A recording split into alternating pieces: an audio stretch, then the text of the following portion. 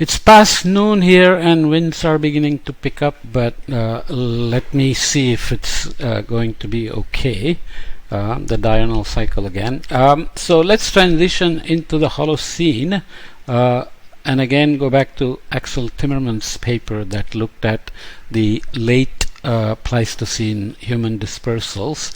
This is from his Nature paper that we already mentioned. So looking at the CO2 here again, going through the last 130,000 years or so, there is the precession forcing and the sea level change, precession forcing and CO2. You can see the decrease and then the increase as the deglaciation happened, and proxy SSTs that show cooling and the rapid warming. So he's comparing model results to convince us that the model works, and then the model is used to use different scenarios, early exit and late exit scenarios out of Africa, to see how human dispersals happened and how climate played a role. Implicitly, when we say climate and human evolution, we are looking for those links, whereas Axel Timmermann is a very strong believer of climate drivers for human dispersals and even species succession. So delta O18, as we know, correspond to glacial deglacial periods, lake levels in terms of principal components. So empirical orthogonal function kind of approach is used. This is the dome F temperature and all consistent with what we know.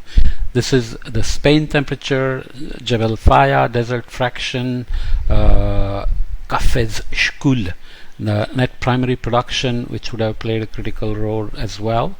So we are looking at Europe, so two temperatures, Spain and Europe, desert fraction and Arabian Peninsula, and net primary production over the Levant, for example, and the site here, Cafés Shkul, Antarctica temperature and Australian temperature. So you can see the differences there in the Lake Mungo and the Antarctic temperatures. Basically, the point is that as we came out of the last glacial maximum, deglaciation happened and we transitioned into the Holocene. We already looked at this map from Axel's paper, same paper, late Pleistocene human dispersal. So we came from this in terms of density of individuals per 100,000.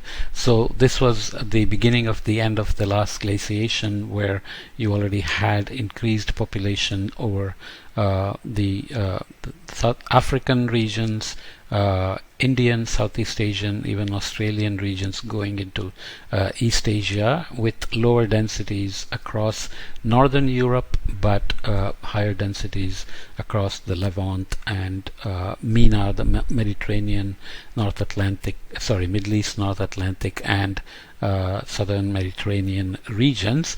By 10 kilo years, of course, much more density, much more occupation in Sahara and Middle East into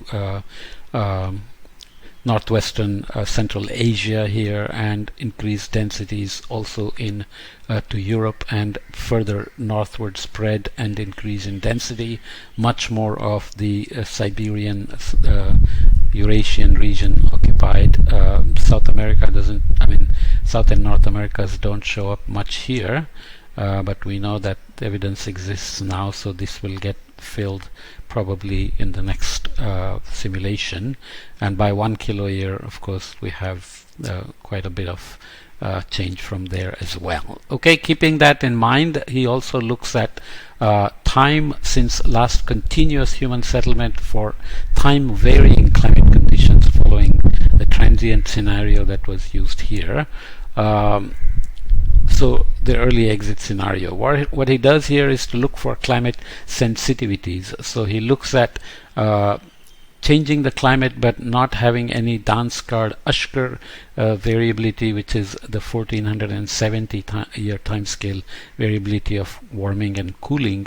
So if you take out the high frequency climate forcing, what happens? And for transient 125 kiloyear simulations which use idealized constant climate forcing corresponding to 105,000 years, 70,000 years, and 21,000 years. These are just kind of sensitivity studies to see how high frequency events like Dansgaard-Oeschger events would have affected these distributions and dispersals, and how low frequency variabilities at various timescales like 105,000, which was just the beginning of the last glacial coming out of the MIS6, and 70 kiloyears and 21 kiloyear, which is of course the last glacial maximum peak.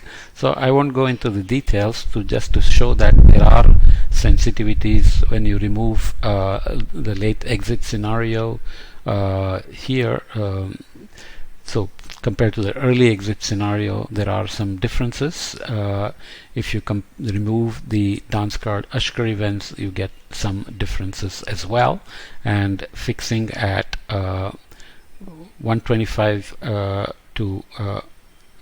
so you are simulating 125,000 years by fixing the climate forcing in terms of orbital forcing at 105, 70, and 21 kiloyears. So yes, climate sensitivity is there, but these are models, so one has to be always careful about models taking climate signals and mapping human habitations onto them. Okay, just keep that in mind. This is from this PNAS paper that I think it's from Tony Michaels, which basically wanted to look at climate impacts on human health through the Holocene, but I'm using it just to tell you how the temperatures varied. Main thing to notice is that we were much more stable compared to all the previous variations we have seen in temperatures. So one of the arguments has always been that we are not used to large fluctuations in temperatures, so global warming is not something we are used to, and that even small changes of the order of half a degree or so have had large perturbations to human civilizations, Mesopotamians, Babylonians, and so on along the way, Mohenjo-daro, Harappas, and so on and so forth. Okay, so post-glacial warming after transient rapid cooling due to the Younger Dryas, we come into the already into the Holocene, and we are looking at the so-called Holocene climatic optimum 1 and 2, where we had the increased insolation and wet periods. Sahara was green here, monsoons generally abundant, and then Sahara dries here with the 4200 year event. Drought in eastern Mediterranean region. There is a recent paper arguing that the acute cooling and the drying here may have been responsible for the and the chaos in the Middle East, for example, may have been responsible for the emergence of Islam as a new religion, for example. Roman warm period, so how the Romans expanded their empire, whether they were just being adventurous, whether they were feeling rich and growing the army and trying to expand their empire, or looking for resources because they are running short of resources like food and water. So those kinds of questions are always interesting to look at in terms of climate perturbations, but anthropologists generally say climate is not always the barbarian at the gate, that you need multiple hits before civilizations do crazy things like going extinct or moving away or losing their empires and so on. So temperature variation around the smooth graph at half a decadal scale is plus minus half a degree here. Medieval warm period, the big event there of course was the Vikings expanded, colonized Greenland, and there is evidence that Leif Erikson and his son may have and they did go to North America, so Christopher Columbus was not the first one. And then volcanic eruptions and solar minima, I see a strong wind, so hopefully there's not too much disturbance. Vikings couldn't survive. Agriculture became impossible on Greenland as cooling started again, and little ice age came, and big changes, signatures left in historic records, art, and so on, in even literature, like horror novels, Nosferatu and Frankenstein and so on, related to the cooling. And then the question is why. So there were also eruptions like Tambora, which added perturbations. So remember, volcanoes cool, so there was some enhanced volcanic activity that may have terminated the medieval warming. God damn it. And the sunspot cycles, minima, Maunder minima, Maunder minimum, and the Sporer. I guess there are a few. Remember, sunspots, more the sunspots, more the energy, because sunspot is dark, not in the magnetic lines, but there is a plage around it which produces more energy. So if there are fewer sunspots, then the energy coming from the sun is decreased, so that favors cooling. If sunspots go up, then there is more energy coming in, and that favors warming. There are arguments made that the end of the Little Ice Age may have been related to Industrial Revolution, burning of coal, the pollution, aerosol depositions on glaciers, which reduce the albedo, increase the energy absorption and melt rates, and so on. So there is a lot of evidence that black carbon, for example, accelerates melting of snow and would reduce accumulation of glaciers, and of course may even favor melting. So that also remains there. And then human activities really took off in terms of fossil fuel consumptions and emissions. So we will look at that as at the Anthropocene. So accelerated warming is very clear since 1975, which we will look at. And then there are projections going into the 21st century where we look at the IPCC projections for temperature, precipitation, extreme events, health impacts, agricultural yields, sea level rise, glacier loss, of course, and so on and so forth. Okay, what else can we say? The regional specificity of Holocene response is, of course, very critical. If you look at 6,000 year C14 data, which is 6,800 calendar years before present, global change in the global difference in lake status gives you a sense of how local the changes can be, which means interpreting proxy evidence of human dispersals and human habitations and settlements can be tricky. So here these are the regions that were much wetter around 6,000 years ago.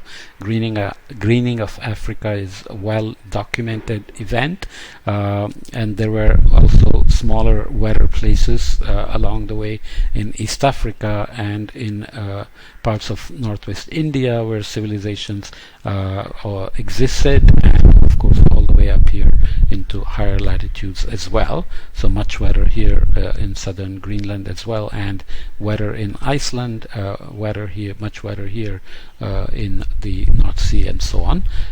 Many places show no change compared to today. Many places were drier, especially distribution of dry regions in the US has to be understood very well. Why there were some wetter places embedded in this large drier climate across, with some being much drier. So currently western US is very dry and having persistent droughts and creating all sorts of problems. So is there a Holocene analog for that? There were also dry and wet patches in Europe, in parts of Eastern Asia as well, and in Australia. So this just is a flag that when you have sparse evidence, you have to interpret them carefully. transitioning into the Anthropocene, basically you can look at how CO2 changed over the Holocene period, going out of the glaciation, coming from 180 to 200 into 260 or so by 6,000 years, kept increasing, had some ups and downs with human activity, especially things like the Black Plague, where actual agricultural industry would expand, and Black Plague would kill so many millions of people that there would be abandoned agricultural land and increased forestation and drawdown of CO2. So you will see those kinds of signatures happening here along the way as well. Bill Ruddiman gets into those sorts of details. Methane, much more noisy, and N2O tends to be even noisier with much less data. But you can see that as we get into the more recent times, the anthropogenic increase is fairly clear, especially when you look at this on a shorter time scale, going from 2,000 years ago to the present. You can see how CO2 has increased since the Industrial Revolution from about 280 ppm. Now we have crossed into 420 ppm by 2022. Methane has gone from a few hundred parts per billion to almost 1800 parts per billion. But if you look more carefully, there are ups and downs in methanes, which is not very well understood. N2O, mostly agricultural and other emissions, also has increased exponentially in since the Industrial Revolution. Okay. This is just showing how simulations are done in the models using all the forcing. So this is solar radiance forcing with volcanic and solar activities with other forcings, which becomes greenhouse gases in the more recent period since the Industrial Revolution. And if we reconstruct the temperatures over this period, about a millennium or so, using all the proxies, sediments, corals, ice cores, boreholes, whatever else, you can see that the agreement becomes much better in terms of the spread as you get closer to the instrumental period and more recent times. But as you go back in time, the disagreements are larger, uncertainties are larger. So there is an argument made that maybe there was a Holocene mode. The Holocene thermal maximum had impacts on things like frequency of El Niños, a very highly debated topic, Pacific Decadal Oscillation, position of the ITCZ itself, dryness, wetness, humidity, cool and warm temperatures, and so on. So generally northward shift of the monsoon and the ITCZ, so more humid, greening of the Sahara, and so on. So humid active monsoon, and in the neoglacial after the mid-Holocene thermal maximum, maybe there were changes again in the PDO, El Nino, ITCZ position, dryness to the north of the ITCZ, and cooler periods over here. So during this time you have had disappearances of civilizations like Mohenjo-Daro, Harappa, and the greening of the Sahara went away, and so on. So there is definitely evidence of within Holocene perturbations that were large enough to affect civilizations and Homo sapiens. So this is the difference, looking at weaker monsoons, trends in the North Atlantic Oscillation, cooler during the summer, mostly more humid and drier, weaker monsoons, southern retreat of the Arctic tree line, more humid here, warmer over the oceans, drier here, strengthening of the westerlies and westerlies moving north, a slight cooling of Antarctica, Walker circulation, which is the zonal circulation. If you don't know what that is, you can look up my other podcasts. And the El Nino activity, again, El Nino, if you don't know what that is, you can look up my other podcasts. So definitely climate has changed a lot over the Holocene, and definitely has affected human habitation, human health, agricultural activities, conflicts, empires, and so on. So let's leave this Holocene here and then talk about the Anthropocene before we come back and look at some of the caveats about interpreting climate and human dispersals, species successions, and so on, without considering ecological evidences just as carefully. So there's a nice paper that makes some of those points that I will summarize at the end. Okay.